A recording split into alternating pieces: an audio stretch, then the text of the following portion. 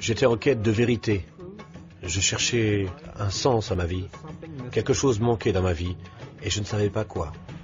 Pour combler ce vide, Cyril Gordon poursuivit un voyage spirituel. À cette époque, c'est-à-dire à la fin de mon adolescence, les choses étaient assez instables dans ma vie. J'étais attiré par l'existentialisme, qui prétend qu'il n'y a pas de Dieu, mais j'étais aussi attiré par les religions et philosophies orientales, zen, taoïsme, bouddhisme. Je m'étais même rasé la tête. J'étais à fond dans le mouvement de Timothy Leary et je prenais des hallucinogènes afin de trouver la vérité. Cyril était juif, mais s'était égaré bien loin des voies de Dieu qu'il avait apprises étant enfant. Le nirvana, le New Age, je faisais une belle soupe.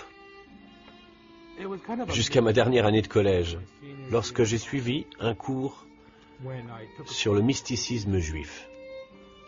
C'est alors que j'ai réalisé qu'il y avait des juifs qui voulaient connaître Dieu. Cela m'a ramené à mes racines juives.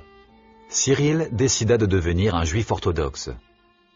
J'essayais du mieux que je pouvais d'être, entre guillemets, un bon juif. Mais je ne savais pas me contrôler. Je vivais avec ma petite amie, j'étais accro à la pornographie. Je ne vivais pas une vie sainte. Extérieurement, je portais des franges, je mangeais cachère et tout le reste, mais spirituellement, je n'étais pas satisfait.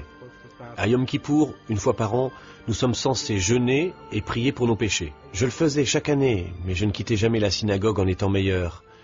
Et je me répétais sans cesse, il manque quelque chose. Sa quête de Dieu lui fit visiter d'étranges lieux.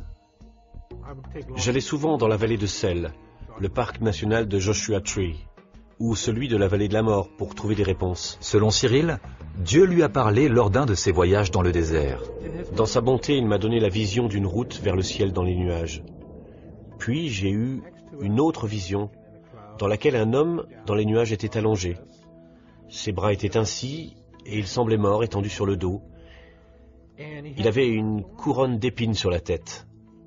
Je me suis demandé qui était cet homme et quel était le rapport avec l'autre vision. Cyril réalisa qu'il s'agissait de Jésus et voulut en savoir plus à son sujet. J'ai pris un Nouveau Testament, version de Jérusalem. Je me suis dit que si Jérusalem était mentionné, c'est que c'était une bonne version. J'ai commencé à lire ce Nouveau Testament, et plus j'y lisais ce que Jésus avait fait, plus j'étais attiré par sa personne. Plus tard, il rencontra une femme qui lisait une Bible. Il y avait l'Ancien et le Nouveau Testament. Je ne savais pas que les chrétiens lisaient l'Ancien Testament. En tant que non-juive, elle avait une foi véritable dans le Dieu d'Israël. Cela m'intriguait. Une nuit, alors qu'il dormait, il eut une autre vision.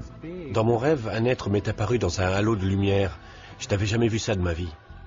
Je ne l'ai pas vu de mes yeux, c'était dans un rêve. Je rêvais, mais cela était réel. Je ne sais pas comment l'expliquer autrement. Et je pensais que j'allais mourir en présence de cet être qui avait des yeux si brillants, plus brillants que le soleil. Dans ses mains se trouvait un parchemin ancien sur lequel un texte était écrit. Je n'arrivais pas à le lire, c'était trop petit. Mais dans mon esprit, je savais qu'il s'agissait de l'histoire de ma vie, jusqu'à cet instant. Dans le bas, en lettres plus grandes, il était écrit « Il est temps de revenir ». Après cette vision, Cyril se mit à en lire plus sur Jésus. J'ai pris un tout gros livre, Evidence That Demands a Verdict, de Josh McDowell.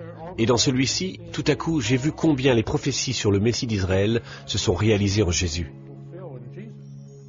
Alors, lisant cela, je me suis dit, mon Dieu, comment n'ai-je pas pu voir ça avant? Pourquoi personne ne me l'avait jamais dit?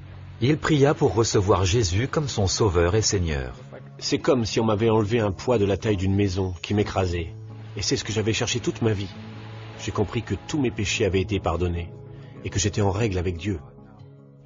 Cyril s'installa à Hawaï pour son travail. Il y rencontra d'autres chrétiens. C'est là que je suis vraiment devenu un disciple. J'y ai trouvé une bonne communauté chrétienne et d'autres juifs qui croient en Jésus. Jésus a dit qu'il est le chemin, la vérité et la vie, et que nul ne vient au Père que par lui.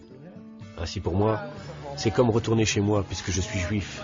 C'est là la place des juifs, et j'ai une paix que je n'avais jamais connue auparavant. L'instabilité qui me caractérisait n'est plus. Je sais où je vais. Je sais que je suis en règle avec Dieu, grâce au Seigneur Jésus-Christ.